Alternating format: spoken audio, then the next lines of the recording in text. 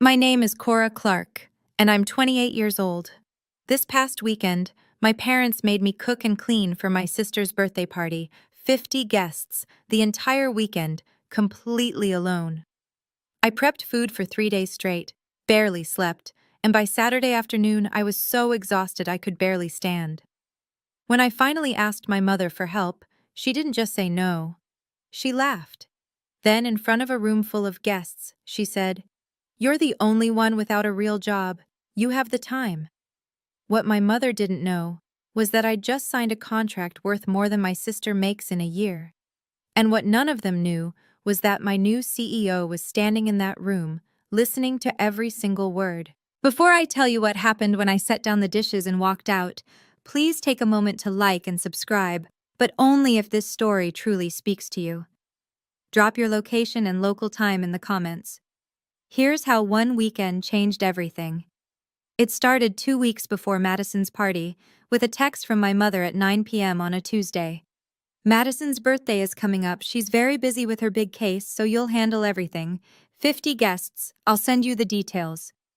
Not a question, a directive. I stared at my phone, sitting in my tiny apartment surrounded by 3 monitors displaying the brand concept I'd been refining for Meridian Corporation.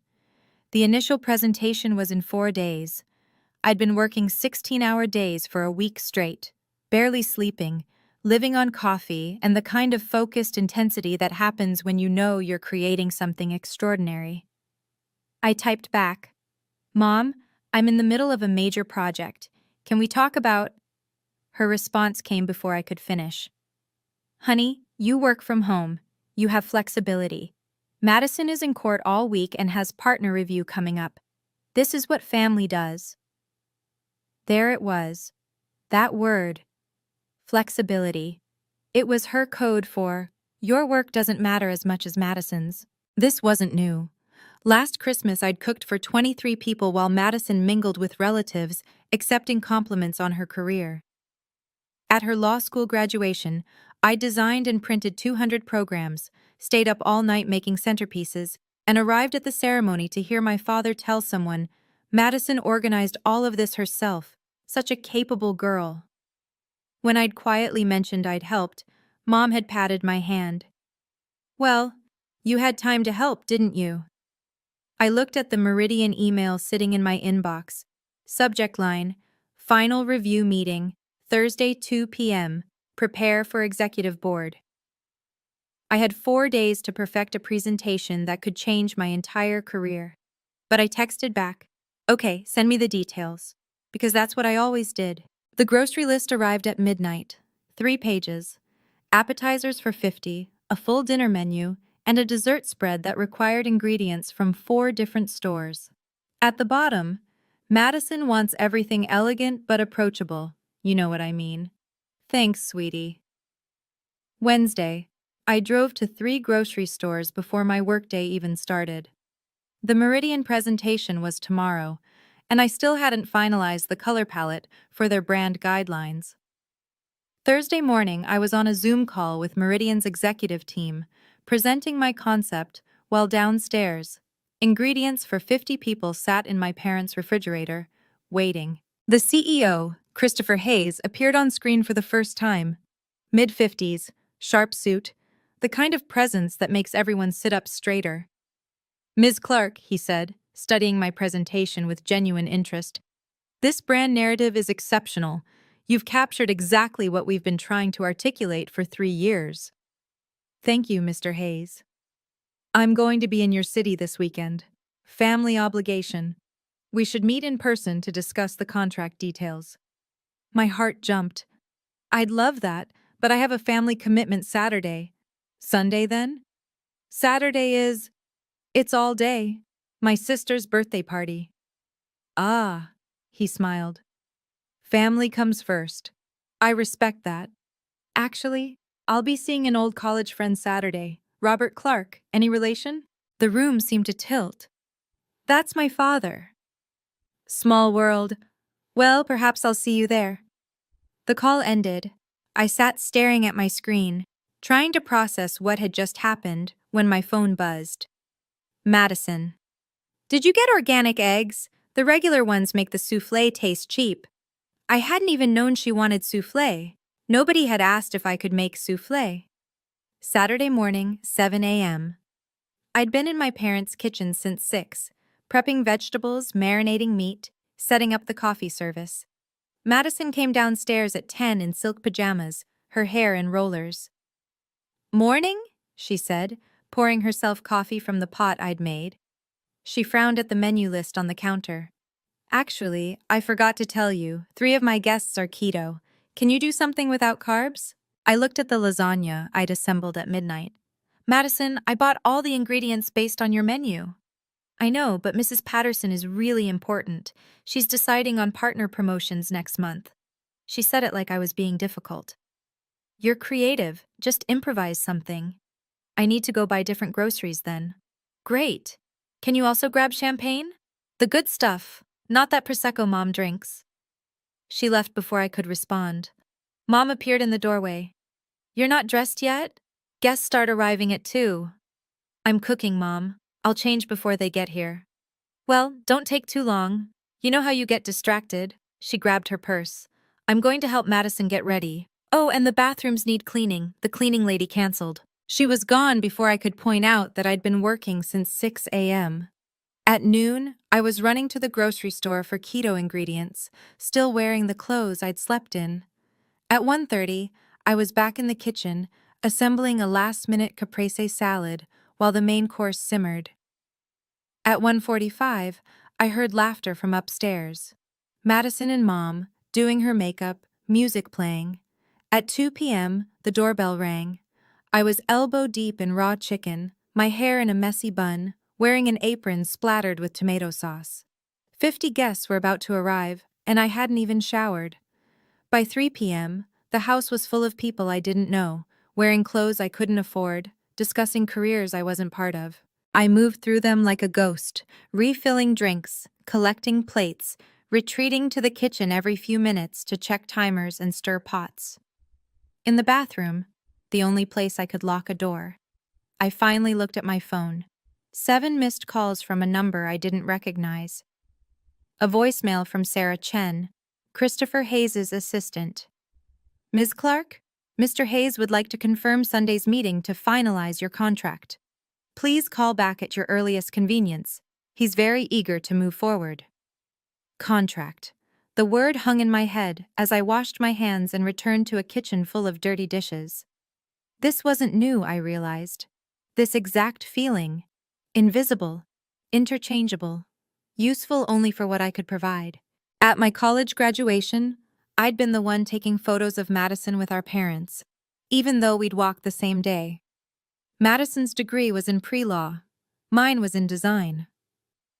Different levels of achievement, Dad had said, not unkindly, just stating what he believed was fact.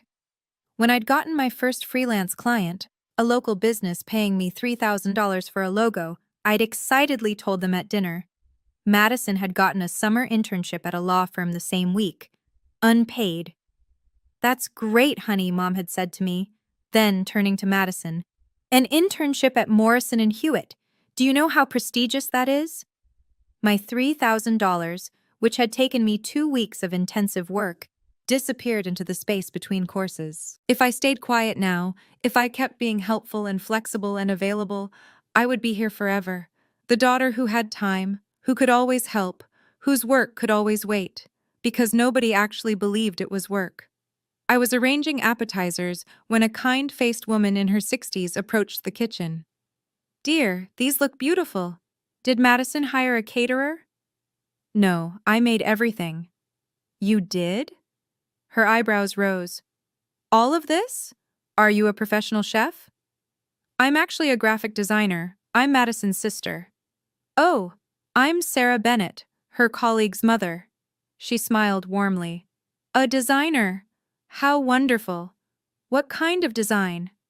Finally, someone asking. "Brand identity, mostly. Corporate rebranding, visual strategy." "Cora, honey," Mom appeared, all bright smiles. "Sarah, I see you've met my daughter. Cora does little freelance projects from home. Very creative." Little freelance projects. Sarah's expression shifted. polite interest cooling to polite dismissal. How nice! Working from home must be so convenient. Mom steered her away, already changing the subject. Let me introduce you to Madison. She's about to make partner at one of the best firms in the state. I stood there holding a tray of bruschetta, invisible again. Then a man's voice behind me. Those look excellent. I turned.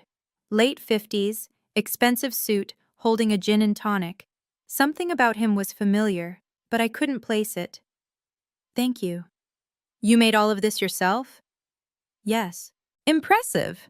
He extended his hand. Christopher Hayes. I'm an old college friend of Robert Clark's. We lost touch years ago, but he invited me when I mentioned I'd be in town. My stomach dropped.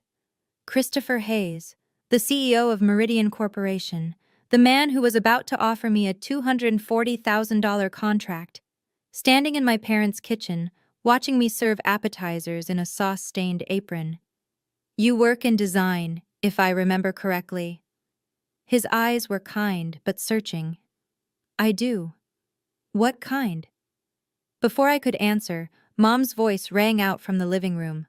Cora, we need more wine. Excuse me, I said to Hayes, and escaped to the kitchen. My hands were shaking as I opened another bottle of wine. Through the doorway, I could see him drift back to the living room, where Dad greeted him with genuine pleasure. Chris! God, it's been what, 30 years? Closer to 35, Bob. You look well. They fell into easy conversation, old friends reconnecting. Hayes fit seamlessly into the party, successful, polished, exactly the kind of person my parents respected, and he'd just seen me being summoned like a servant. I poured wine into glasses, my mind spinning. The contract meeting was supposed to be tomorrow. Professional, clean. Me in a blazer and heels, presenting my portfolio, discussing terms as equals. Instead, he was watching me work a party, hearing my mother call my career little freelance projects, seeing me covered in food stains while my sister held court in the living room. Would he still want to hire me after this? Through the doorway, I watched Madison laugh with a group of her colleagues, radiant in a designer dress that probably cost more than my monthly rent. Dad's hand rested proudly on her shoulder. My daughter just closed the Henderson merger, he was saying. Youngest attorney to ever lead a case that size at her firm. Polite sounds of admiration rippled through the group. Nobody mentioned that his other daughter had spent 60 hours this week creating a brand identity that a Fortune 500 CEO had called exceptional. I looked at the dirty dishes stacked by the sink, the half-prepped salad, the timer indicating the prime rib needed to come out in 20 minutes, the guests who would expect dessert afterward. I thought, I could keep doing this for the rest of my life, waiting for them to see me. Or I could see myself. I know many of you have been in situations like this, where you work incredibly hard, but the people closest to you can't see it. Where your family treats your achievements as less important than someone else's. If this story is hitting home for you, please hit the like button so I know I'm not alone in this experience. And if you want to see what happens when I finally reach my breaking point, subscribe to the channel. Now, let me tell you about the moment everything started to unravel. The kitchen door swung open so hard it hit the wall. Cora! Madison's voice was sharp, panicked. Where's the main course? I checked the timer. 15 more minutes. It needs to rest before... Mrs. Patterson is asking about dinner. She has theater tickets at 8. It'll be ready at 6:30. That's what we planned. Can't you just... take it out now? I turned from the stove. Madison, it's not done. If I pull it now, it'll be raw in the middle. Then figure something else out. Her voice climbed higher. This is important.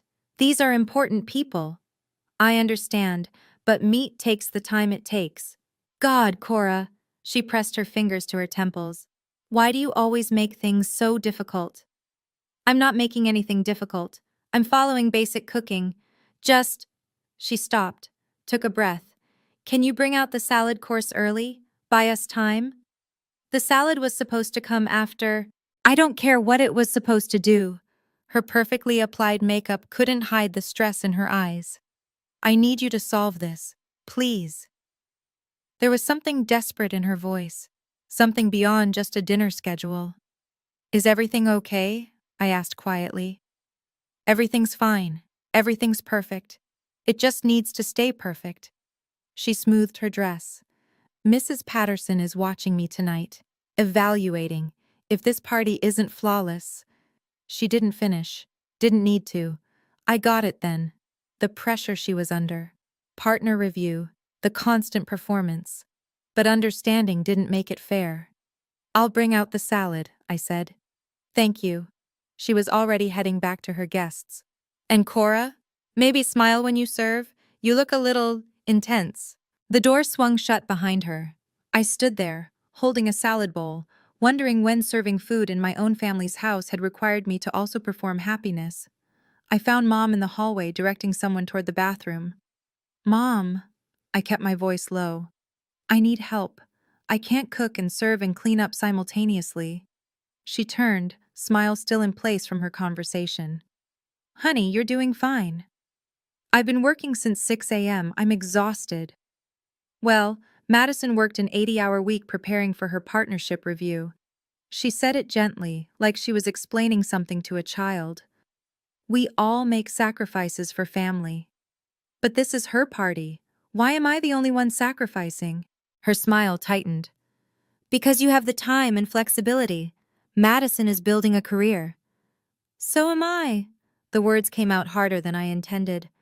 A couple passing in the hallway glanced over. Mom's voice dropped to a whisper. Cora, don't do this now. We have guests. I just need someone to help serve so I can finish cooking. I'm hosting. Your father is catching up with Chris Hayes. Madison is with her colleagues. You're the only one who's available. Available? The word tasted bitter. I've been working all week too, Mom. On what? Designing logos? She patted my arm. Sweetie, that's not the same as preparing for a partnership decision. Madison's entire future is riding on. What about my future? A beat of silence. Then Dad appeared, uncomfortable. Everything okay here? Everything's fine, Mom said quickly. Cora's just feeling a little overwhelmed. You're doing great, kiddo, Dad said, not quite meeting my eyes. Just power through. It's almost over. He guided Mom back toward the living room, leaving me standing in the hallway. Through the kitchen door, I could hear a timer beeping. The prime rib. Finally ready. I went to pull it out and found the edge burned black. I'd been gone too long. I was frantically cutting away the burned portions when I heard Mom's laughter from the living room. The kind of performative laugh she used when she wanted everyone to pay attention to what she was saying. You should see Cora's apartment, she was telling someone. Just covered in sketches and fabric samples. She's very creative. Always has been. Warm, affectionate. The voice she used when she was proud. I paused, knife in hand, waiting. We always thought she'd grow out of the art phase, Mom continued. But she's still at it. Freelancing from home, making her little designs on the computer. There it was.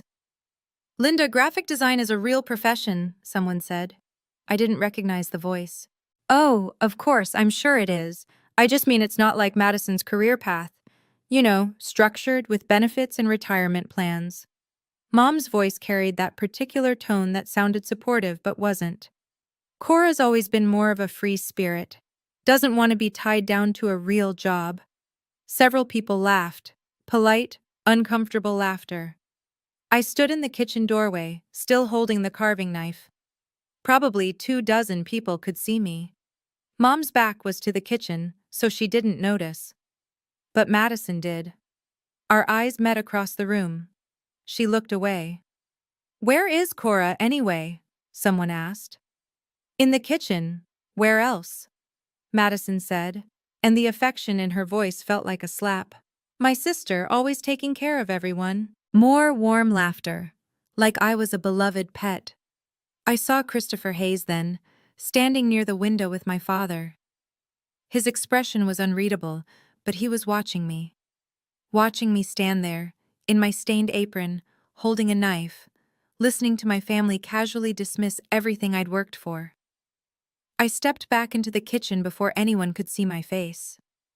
My phone sat on the counter, screen glowing with a new email. From Sarah Smith, Executive Assistant to CEO. Subject, contract ready for signature. M.S. Clark. Mr. Hayes has approved final contract terms, $240,000 for comprehensive brand development, with option for ongoing retainer. Please confirm Monday 9 a.m. meeting to finalize. $240,000. I stared at the number. More than Madison made in her first year as an associate, more than my parents had ever believed I could earn. Sitting in my inbox while I carved meat in their kitchen, listening to them explain why my career wasn't real. The door burst open again. Madison, cheeks flushed. The meat, now! Mrs. Patterson is leaving in 40 minutes. It needs 5 more minutes to rest, or it'll— I don't care about meat science, Cora, her voice cracked. I need you to bring it out now. Madison, you always do this. Always overthink everything. Always move too slow. I've been working for 12 hours straight. Oh, please, she laughed, sharp and mean. You work from your couch in pajamas. I'm in courtrooms defending actual clients with actual stakes. Something in me went very still. Do you know what I'm working on right now? I don't have time for a contract, a big one. How big? She said it dismissively, already turning to leave. A few thousand? $240,000. She froze, turned back slowly. What? $240,000. Meridian Corporation, full brand development. Her face went white. Meridian? The Meridian? Yes. That's— When did you— I've been negotiating for 3 weeks. The contract's ready. I have a meeting Monday to sign. She stared at me. Really looked at me. Maybe for the first time in years. Then, why didn't you say something? I did say something. My voice was quiet. I told you I was busy. Mom said I was flexible. Madison's mouth opened, closed. I didn't know it was that big. You didn't ask how big it was, you just assumed. But, Meridian. She was processing, recalculating. That's the firm that does all the major corporate rebrandings in the region. They did the Thompson Industries makeover last year. I know, I'm doing their next one. Jesus, Cora. She sat down on the kitchen stool, stunned. That's bigger than most of my cases. Is it? I heard the edge in my own voice. Because 5 minutes ago, you said I work from my couch in pajamas. She flinched. I didn't mean— Yes, you did. Silence between us, broken only by the timer beeping. The meat, finally ready. You're still going to serve it though, right? Madison's voice was smaller now. Mrs. Patterson is still out there. I stared at my sister. Even now, even after learning I'd just secured a contract that would change my entire financial life, she was asking me to serve her dinner party. Please, she added. I know I didn't know. But there are 50 people out there and you need this to go well for your partnership review. Yes. I looked at the perfectly cooked prime rib. At my sister, still beautiful in her designer dress, still desperate for approval from the same people who were casually dismissing me in the next room. Part of me wanted to help her. The same part that always helped, that always accommodated, that always made myself smaller so others could shine. But that part was getting very tired. I'll bring it out, I said finally. But Madison, this is the last time. I carved the meat onto a serving platter, arranged it with the roasted vegetables I'd prepared that morning. Despite everything, it looked beautiful, professional, the kind of presentation that showed care. I carried it out to applause, actual applause, like I was serving at a restaurant. This looks amazing, someone said.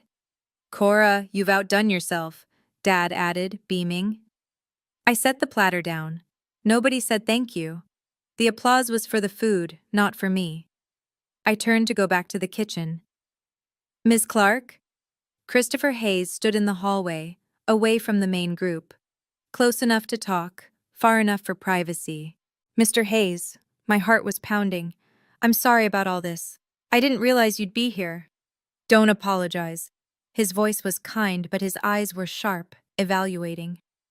I wanted to speak with you briefly if you have a moment. I'm just. I'm helping with the party. I can see that. A pause. I didn't realize the Ms. Clark I've been working with was Bob's daughter. It's a small world. Indeed.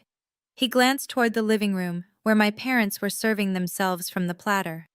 I heard some of the conversation earlier, about your work. My face burned. They don't really understand what I do. That must be difficult. It is what it is.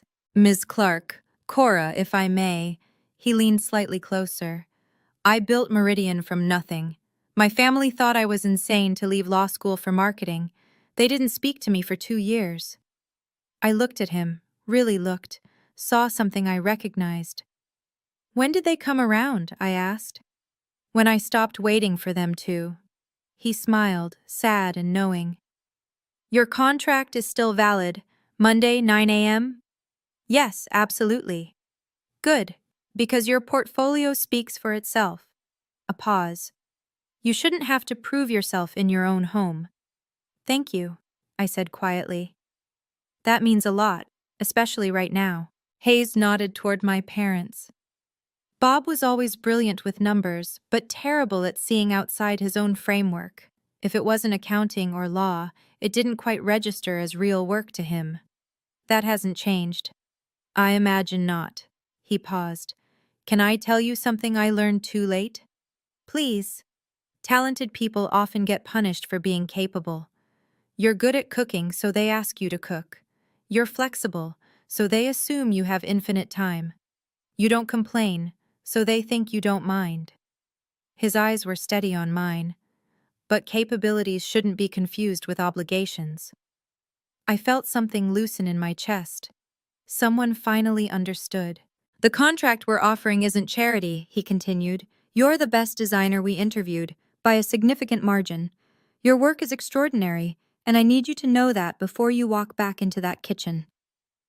I needed to hear that, I whispered. You deserve to hear it. He checked his watch. I should get back to Bob before he thinks I've abandoned him. But Cora, whatever happens tonight, remember, your value doesn't depend on whether they recognize it. He walked back to the living room, leaving me standing in the hallway. Through the kitchen door I could see dirty dishes piling up. Dessert still needed to be plated, coffee to be made, another 3 hours of work at least. From the living room, Mom's voice. Cora, honey, some of us would like coffee. Not, could you make coffee when you have a moment? Just an assumption, an expectation. I looked at my phone. 6:47 p.m. I looked at the kitchen. I thought about what Hayes had said. Capabilities shouldn't be confused with obligations. And something in me shifted. I walked back to the living room. Hayes had rejoined the group, was talking quietly with my father about college days. Mom, what kind of coffee? Oh, just regular for most people, but Mrs. Patterson wants decaf, and Mr. Wilson asked for espresso if we have it. We do have it, don't we? We have a regular coffee maker. Well, can't you run to Starbucks? It's only 10 minutes. I stared at her. You want me to leave the party, drive to Starbucks, and get one person an espresso? If it's too much trouble. Her voice had that edge, the one that meant I was being difficult. I have dessert to plate, and clean up, and… Cora. She pulled me aside, voice low. There are important people here, Madison's future colleagues. Can you please just cooperate? I've been cooperating for 12 hours. Oh, don't be dramatic. She waved her hand. You know what I mean. Madison appeared. Is everything okay? Your sister is making things complicated, Mom said, like I wasn't standing right there. I just asked if we could skip the Starbucks run. Madison's face tightened. It's one coffee, Cora. It's never one thing. The words came out before I could stop them. It's always one more thing. What is that supposed to mean? People were starting to notice. Conversations dropping off. Faces turning our way. Mom's smile was frozen. Cora, honey, let's discuss this later. When? I asked. When would be a good time to discuss how I've been working since 6 a.m.? How nobody asked if I could do this, just told me I would? how I'm missing work calls to make your party perfect. Your work can wait, Mom said, and her voice was sharp now. This is family. The room had gone quiet now, all 50 guests, watching. Family, I repeated. Is that what this is? Cora, Dad's voice warning. Not now. But Mom was already talking, that nervous laugh creeping in. You have to excuse Cora. She gets overwhelmed easily when… I'm not overwhelmed. My voice was steady, calmer than I felt. I'm exhausted. There's a difference. We're all tired, sweetie. Mom looked at the watching faces, performing understanding. But you're the only one who's free enough to… Say it. I don't know where the words came from. Say what you actually mean. Cora, please. You think I'm free because my work doesn't count. You think I have time because what I do isn't real. I could feel my hands shaking. Just say it out loud. Mom's face flushed. That's not what I… You said it an hour ago, to Mrs. Bennett. You called my career Little Freelance Projects. I looked around the room. Most of you heard it. Uncomfortable silence. A few people looked away. That's taken out of context, Mom said, voice tight. Then what's the context for, she'll grow out of the art phase, or not like a real job with benefits? Madison stepped forward. Cora, you're being unfair. Mom didn't mean… I know what she meant. I turned to Madison. You know what you meant too, when you said I work from my couch in pajamas.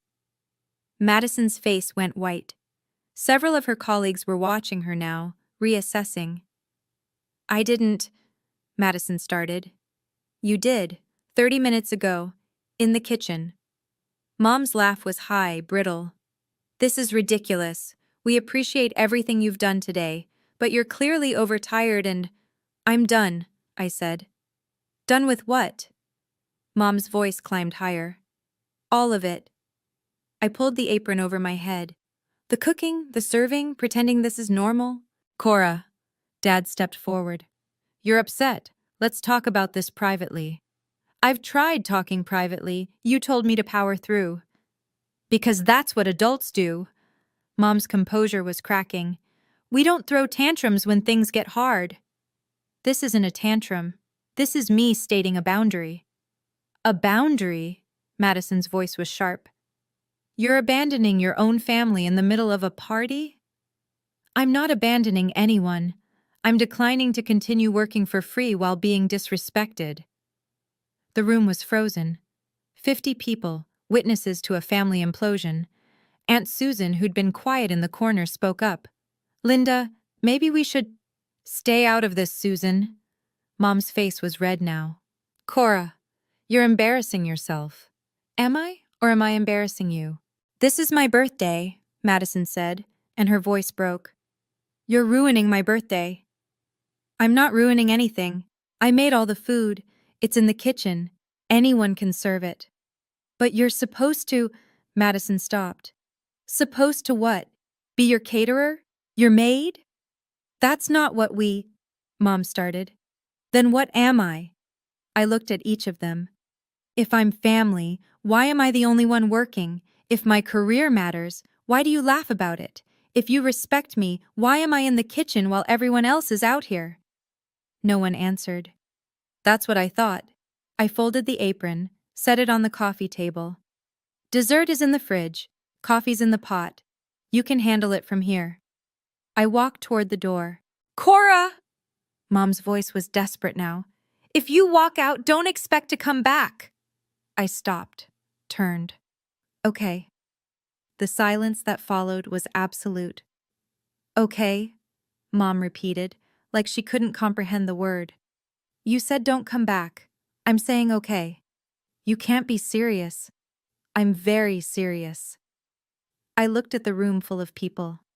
I apologize for the disruption. The food is ready. Please enjoy the rest of your evening. Professional. Calm. Exactly how I'd speak to a client. I headed for the door. Cora! Madison's voice cracked.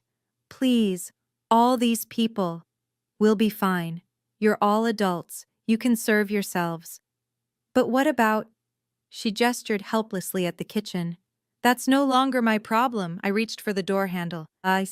Dad finally spoke, quiet. Cora, let's be reasonable here. I turned to face him. I've been reasonable for 28 years, Dad.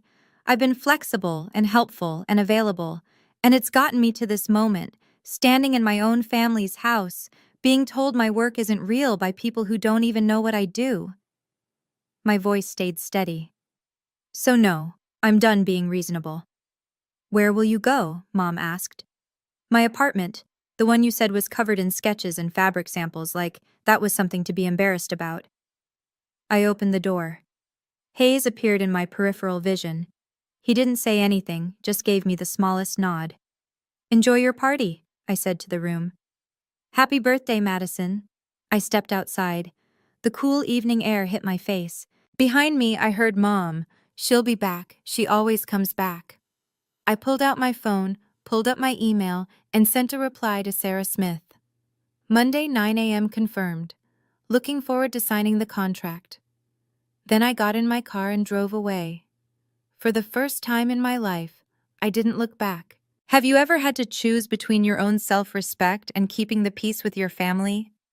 That moment when I walked out was the scariest and most freeing thing I'd ever done. I had no idea what would happen next. If you're going through something similar, or if you've ever had to set a hard boundary with people you love, comment boundaries below so we can support each other.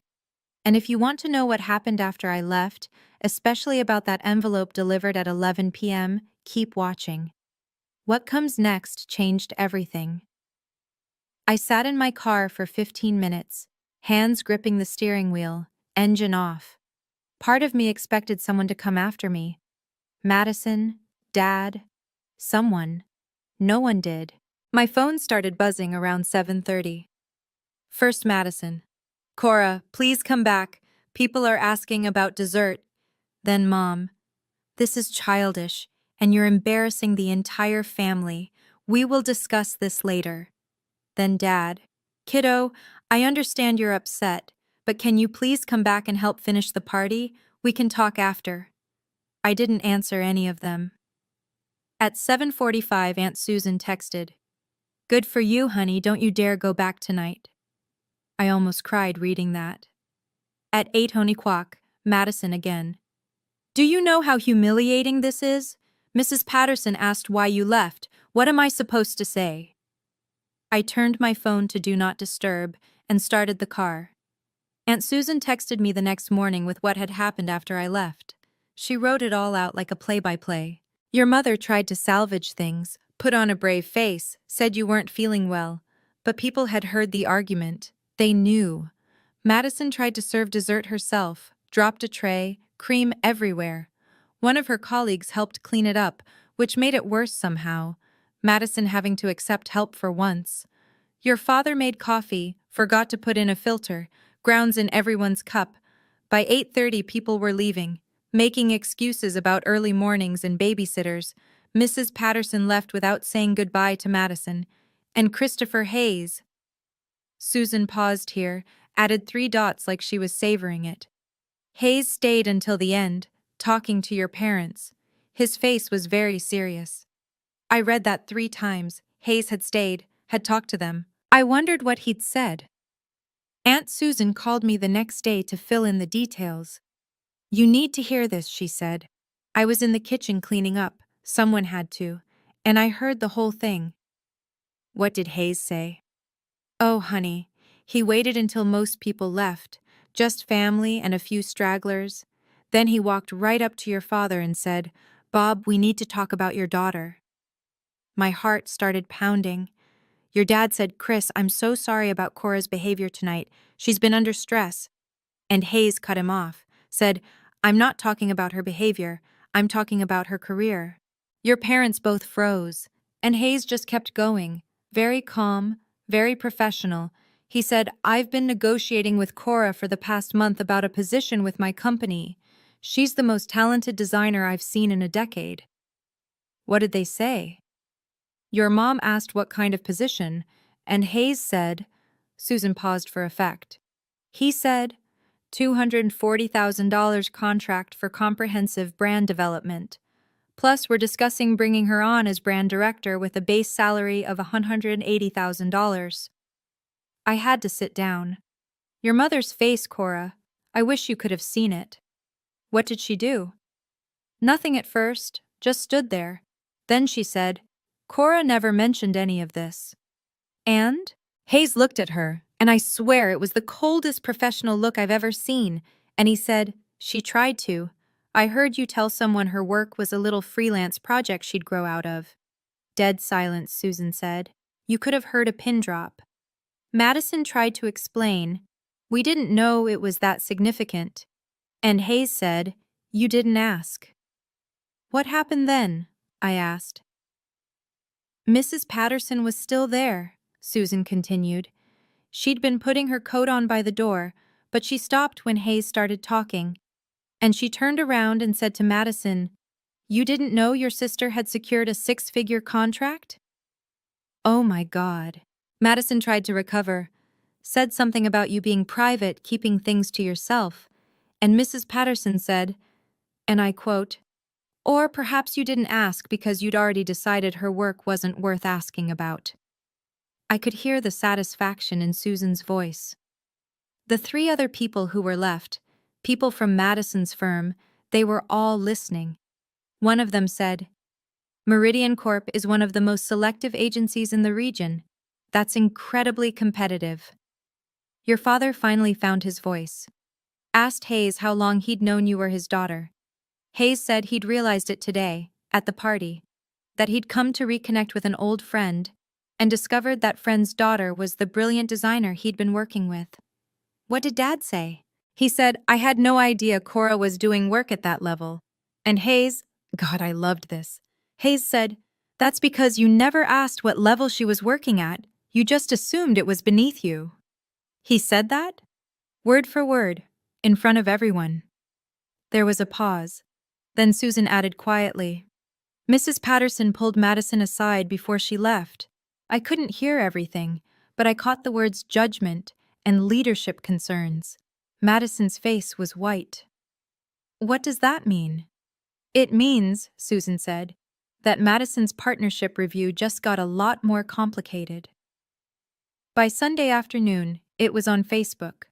Not from anyone in my family. They would never. But one of the guests, someone I didn't even know, had posted, attended the most uncomfortable party last night, watched a family treat their talented, hard-working daughter like hired help, then act shocked when she finally stood up for herself. Here's a reminder. Just because you don't understand someone's career doesn't mean it isn't valuable, especially when they're literally serving you dinner while managing a 6-figure contract. Do better, people. No names, no photos, but enough detail that anyone who'd been there would know. The post had been shared 247 times by the time I saw it. The comments were brutal. This is why talented people go no contact with their families. I guarantee the parents are the type to brag about her success now. The sister sounds insufferable. Hope the partnership was worth it. Madison called me for the 20th time. I finally answered. Did you see it? Her voice was ragged. I saw it. People from my firm liked it, Cora. My colleagues. They know it's about us. I didn't write it. But you know what people are saying? They're calling me entitled, saying I exploit family labor. She was crying now. Mrs. Patterson emailed me, said we need to meet Monday about leadership concerns. Part of me felt guilty.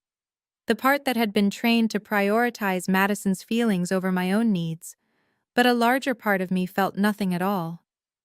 I'm sorry that's happening, I said carefully. Are you? Because you walked out knowing this would happen. I walked out because I couldn't stay. What happened after isn't something I controlled. But you could fix it. You could post something, explain. Explain what, Madison? That you didn't mean to treat me like staff? That it was an accident you called my work a joke?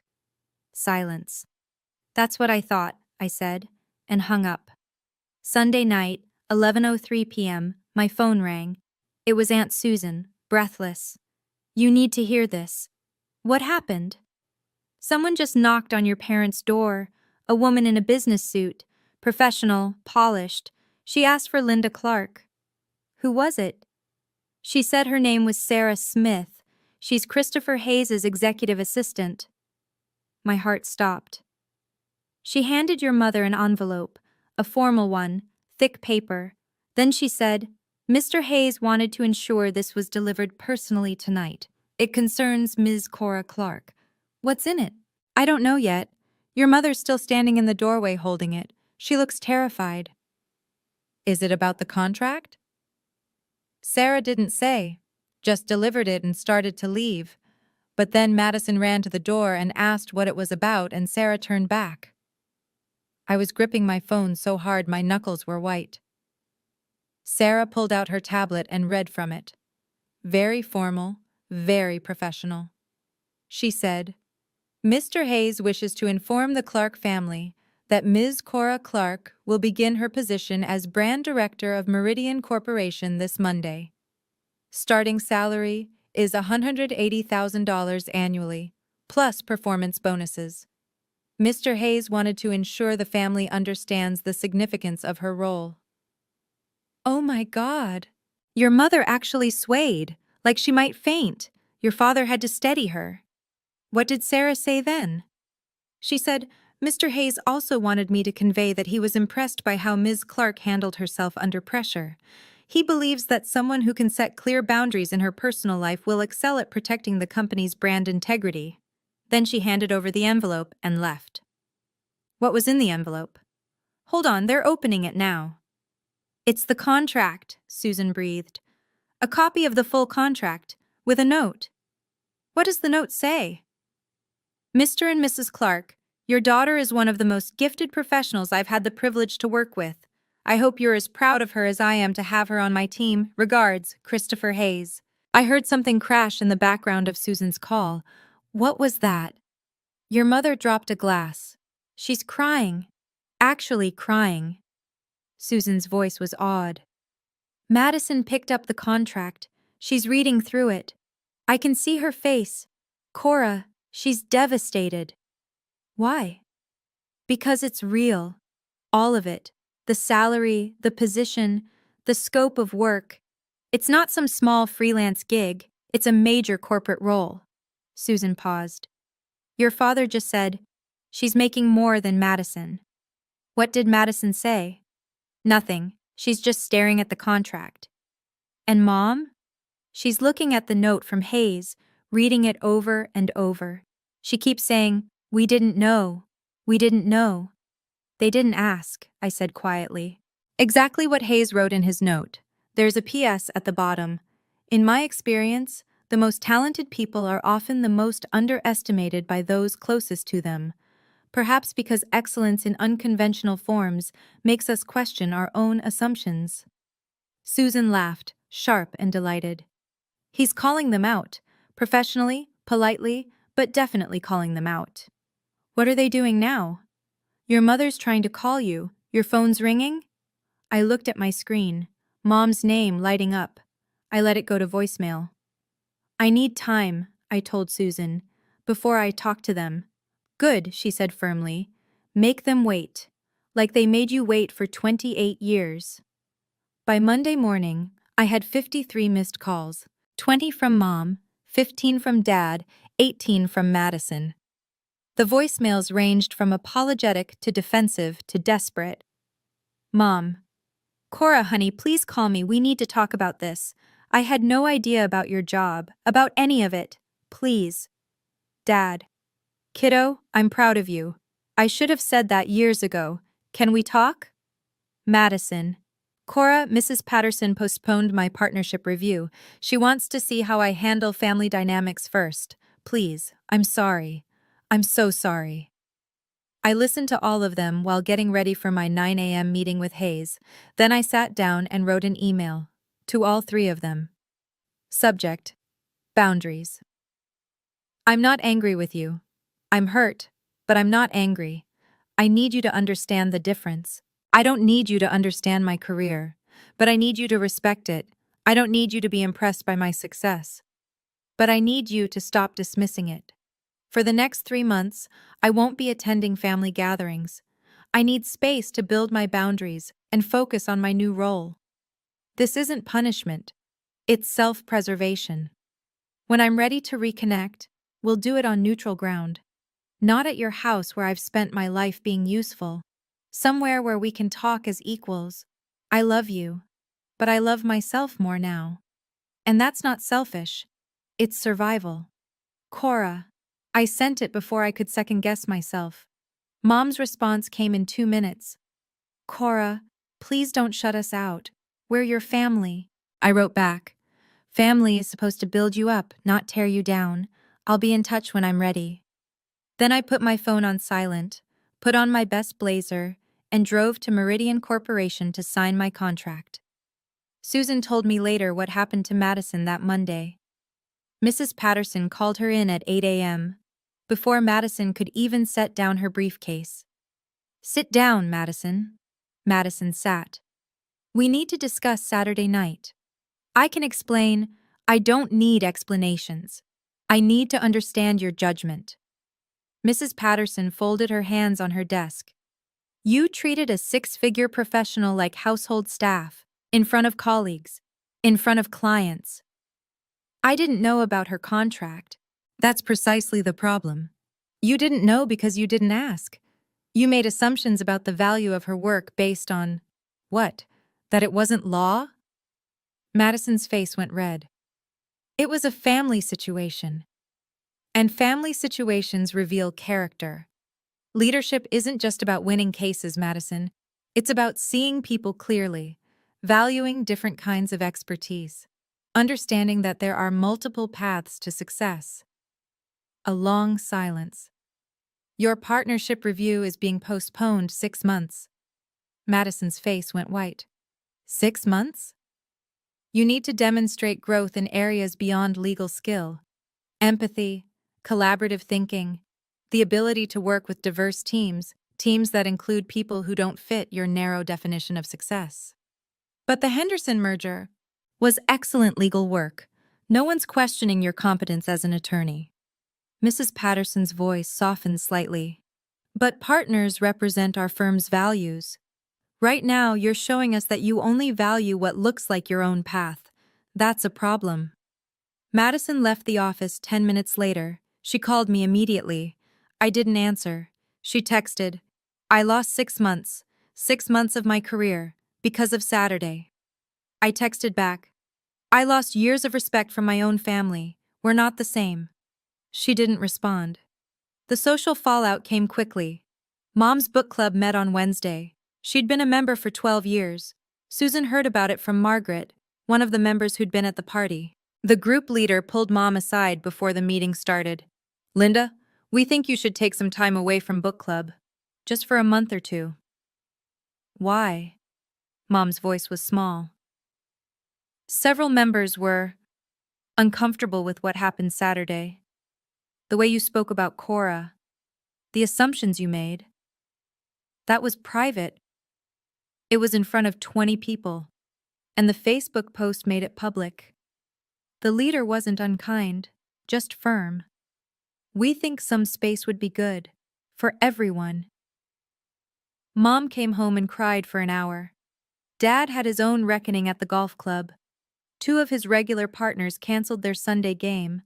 The third showed up but spent the entire round talking about how proud he was of his daughter, an artist who'd just gotten her work into a gallery. Some people don't understand that success looks different now, the friend said pointedly. My daughter doesn't make what I made in accounting, but she's happy. She's building something. Dad was quiet the whole drive home. At the grocery store, they ran into the Pattersons. Mrs. Patterson gave a tight smile and kept walking. That was awkward, Dad said. Everyone knows, Mom whispered. The whole neighborhood knows we pushed our own daughter away. We didn't push. We did, Robert. We absolutely did. That night, Dad called me. I didn't answer. He left a voicemail. Kiddo, I've been thinking a lot about what I said when you were growing up, about real careers and stability. I was wrong. I'm sorry. Call me when you're ready. I saved the voicemail, didn't delete it, but I didn't call back either. Monday at Meridian felt like stepping into a different life. Hayes met me in the lobby personally. Welcome to the team, Cora. Thank you for believing in me. I don't believe in you. I know what you're capable of. He smiled. There's a difference. He walked me to my office, not a cubicle. An actual office, with windows overlooking downtown, my name already on the door. Your team is waiting in the conference room, he said. 12 people. They're excited to work with you. 12 people reporting to me. I was 28 years old, and I had 12 people on my team. The presentation that afternoon went perfectly. The board loved my concept, asked thoughtful questions, approved the full scope of work. One board member stopped me afterward. Ms. Clark, how did you develop such a clear brand voice? I spent a lot of time figuring out what I wanted to say, I told him. And then I learned to say it without apologizing. He smiled. Keep that attitude. At 6 p.m., I returned to my new apartment. 1 bedroom, downtown, huge windows. I'd signed the lease 2 weeks ago but hadn't told my family, hadn't wanted to deal with the questions, the assumptions, the gentle implications that I couldn't afford it. I could afford it now. My phone buzzed. Aunt Susan. How was day 1? I sent back a photo of my office view. She responded immediately. That's my girl. Your mother asked if I'd heard from you. What did you tell her? That you're busy building an empire, which is true. I smiled, set my phone down, and looked out at the city. For the first time in my life, I felt like I was exactly where I belonged. Not because anyone had validated me, because I'd validated myself. 6 weeks later, a letter arrived at my apartment. Handwritten. My mother's careful cursive. Dearest Cora, I've started this letter 17 times. Each time, I want to explain or justify or make excuses. Your father keeps telling me to just apologize and mean it. So here it is. I'm sorry. I'm sorry I didn't ask about your work. I'm sorry I assumed my understanding of success was the only understanding. I'm sorry I made you feel invisible in your own family. I've been in therapy for 4 weeks now, learning why I valued certain careers over others.